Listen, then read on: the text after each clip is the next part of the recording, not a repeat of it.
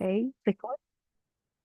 Okay, so you have to encourage them to work together and learn from each other. And I know that you absolutely experience that your students learn from each other more than the teacher himself or herself. Technology, you can use here educational technology tools. Um, and instead of using, for example, their mobile phone all the time, there are tools like a chat box or there are some tools that they have to use to create projects, or they may draw themselves or any drawing and let the drawing speak. So they're gonna just give them the ability to present their ideas, but in using technology. So they will prefer that thing, specifically boys. And how about here the product? You have uh, you have to give them here different kinds of assignments, adjust here the format according to their needs and abilities. And you have to give them alternative assessment, like projects, presentations, portfolios. Um, they have to present the idea in different ways according to their interests, according to also their abilities, and ask them to provide a feedback. So a feedback is really, really paramount for your students. And they have also get the feedback from you as a teacher and from peers. Let me tell you about my own experience. According to the feedback, specifically with the speaking uh, text or speaking sessions, we'd like to implement speaking skills. So I use my mobile phone and I use the recordings, because you may find some students that when they make mistakes while speaking, they say, "Oh, I didn't make such a mistake." So we have here your voice is recorded. So gonna be fun. They have fun, and they will not um, depend on what they say. They have to reflect and have a feedback. The feedback will get from peers. I ask everyone, when somebody, for example, give a presentation, to have a, a pen and a copybook or a blank of paper and write here what they have or what the mistakes. We don't have to speak about the grammatical mistakes. We also talk about or we discuss how could or how they have to stand up, how they have to move. Did he or she look at each other or just look at one way? How about the tone? All of these parts um, will be included in the feedback. So by time or gradually, they will understand each other. They will not feel that, oh, somebody will criticize me. No, we are learning from each other. So when they get the point inside, so they will share everything that they know without feeling shy. Okay. And according to how could they provide a self-assessment, um, for my own experience, when we have a quiz or final exams, after checking the exams, I give them their papers, their exams, and I give them sticky notes, each one of them, and I write 3 questions on the board. What are the mistakes I did? Why did I make these mistakes? And how should I do in the future to avoid these mistakes? So they check their papers, including the exams. So they write their mistakes and they think. Um, I experienced that, and I experienced that with the 8 years old students. They wrote wonderful things. Some of them asked me if they would like to write in first in the mother tongue, in Arabic or in English. Some of them tried to write in English. Some of them tried to write mix of Arabic and English. But the idea is I'd like them to self-assess.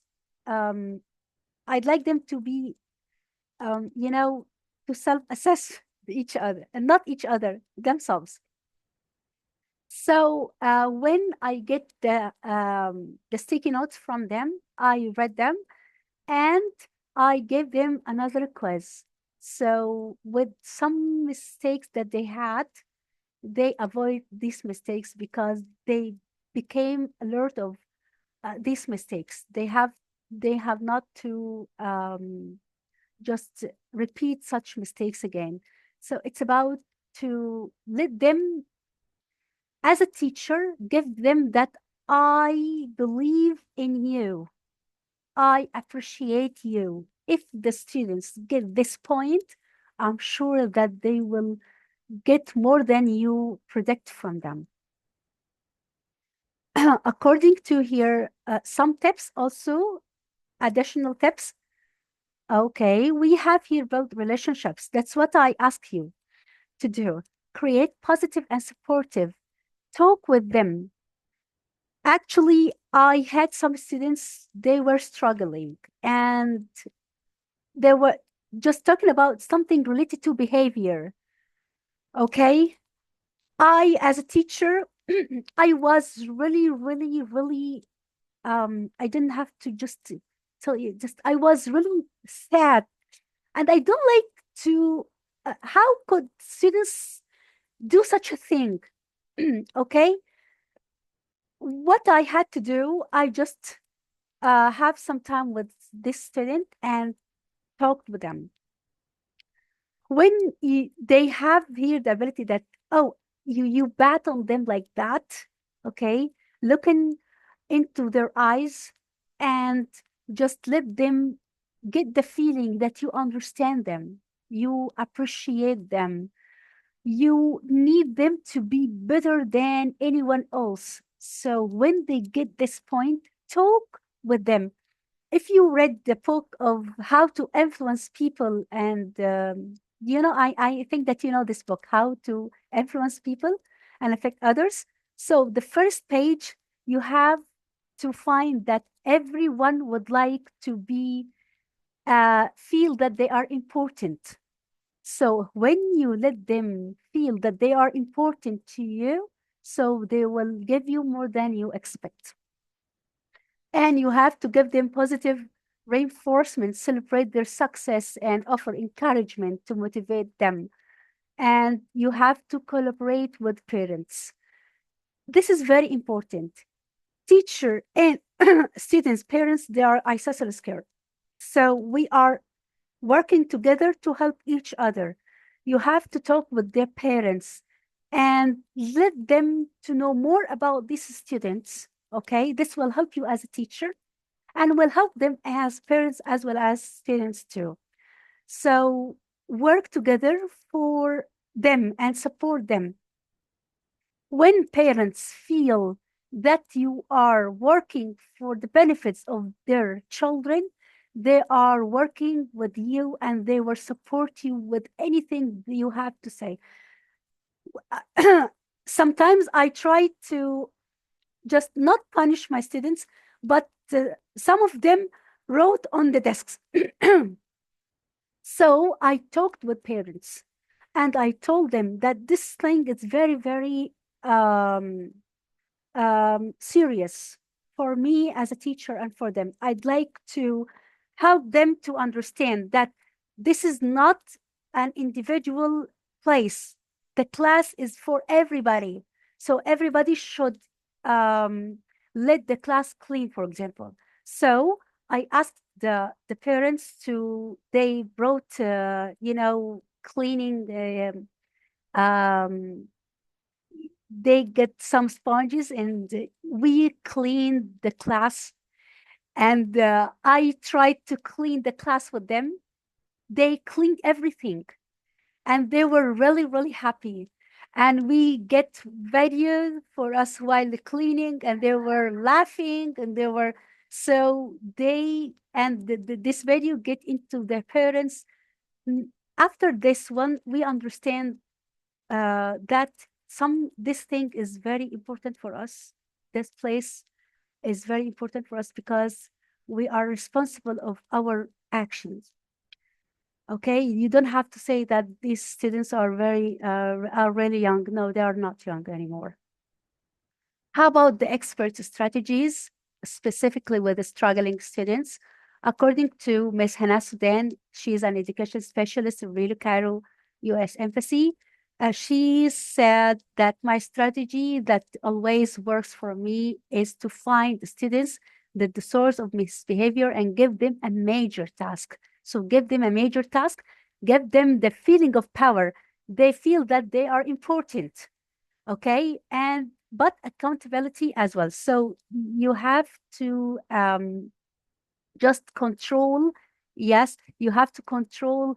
Yes, yeah, give them the opportunity to have the power, but control them, please. Yes, because you are the teacher. Don't let everything to get away from your hand. As for Professor Defar, she provided us with supportive classroom environment. How can we create a supportive classroom environment to establish routines and structures for them, to co-develop shared agreements and goals. Tell them what are your goals, what they need. They have, for example, a lesson. Tell them what we have to learn from this lesson. They need to learn. Okay, don't give them the lesson as it is, to absorb the lesson and just answer the exam. Okay, give them why we have to learn such a thing. Such a way, let them the ability to feel that they are important and they are responsible too. And affirm students' full selves. Yeah, let them to be self-independent. Try to give them some tasks. Try to complete the task with each other. You are, yes, you are um, um, responsible for your tasks. So if you do something good, so you are gonna get, for example, intensives or so on. Respond to students' perspective and needs. This is very important. Student-centered discipline and practices. It's really, really important to respect your students. If you respect your students will respect you. Okay, it is not also with your students. It's about also your children. If you respect your children, they will respect you too. Okay. According to here, Ms. Aya Khadr, she talked about here, she works on two sides. She employs call to action. It's gonna like a technique to ask them to do something, to perform an activity. This will keep their minds busy for a while, but make sure that the task you give is quite challenging, not too easy, not too difficult for them. Okay, and an important tip is when they successfully finish the task, provide immediate feedback. Praise their efforts. This they need when they do something good, they waiting for to praise them. Okay, and this will raise their self-confidence, let them experience a moment of joy and accomplishment which they desire to experience later once again. And she also attempts student teacher relationship. As I told you, if you build a bridge or a good rapport with your students, you will get everything that you need. According to here, Ms. Manal Gafrawi, she used here different ways and strategies, specifically with the three misbehavior like arguing after roles, fighting and resisting certain classmates, transiting the safety space. She also deal with this arguing and prove successful through playing lottery. So she writes several roles that students should play in conversation on slips on paper and then fold them. Each student had picked a role no argument. So I used that way before. Some of them would like to be a police of the police of the class, the timer, the manager. So if you just yes fold in the paper and everyone will tick, they will not argue anymore. And as for the fighting, she brought visual scenarios. So similar to misbehaviors, observed and show their consequences.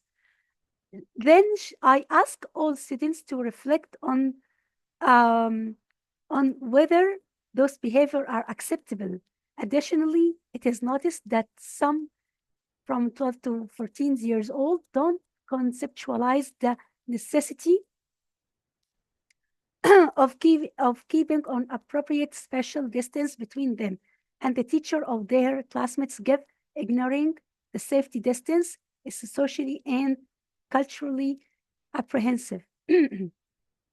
A good strategy is use visual signposts. So this will help them through acting the misbehavior and good behavior and get here the whole class to shout if this behavior is right or wrong. Or you can show them some signs like green card or red cards. As for me, actually, as I told you, that I'd like to build a rapport with the students and with the parents if I understand their needs, so I can help them with their interests and with their needs too. We have here some references. Okay, thank you very much for your attendance today. I really uh, have a great honor to having you. If you have any question, you can just email me, and I'm going to send to you in the chat box again the you have to fill in the survey so that I can contact with you and send to you all the surveys related to the multiple intelligences and the resources related to this session. If you have any questions, I'm here with you.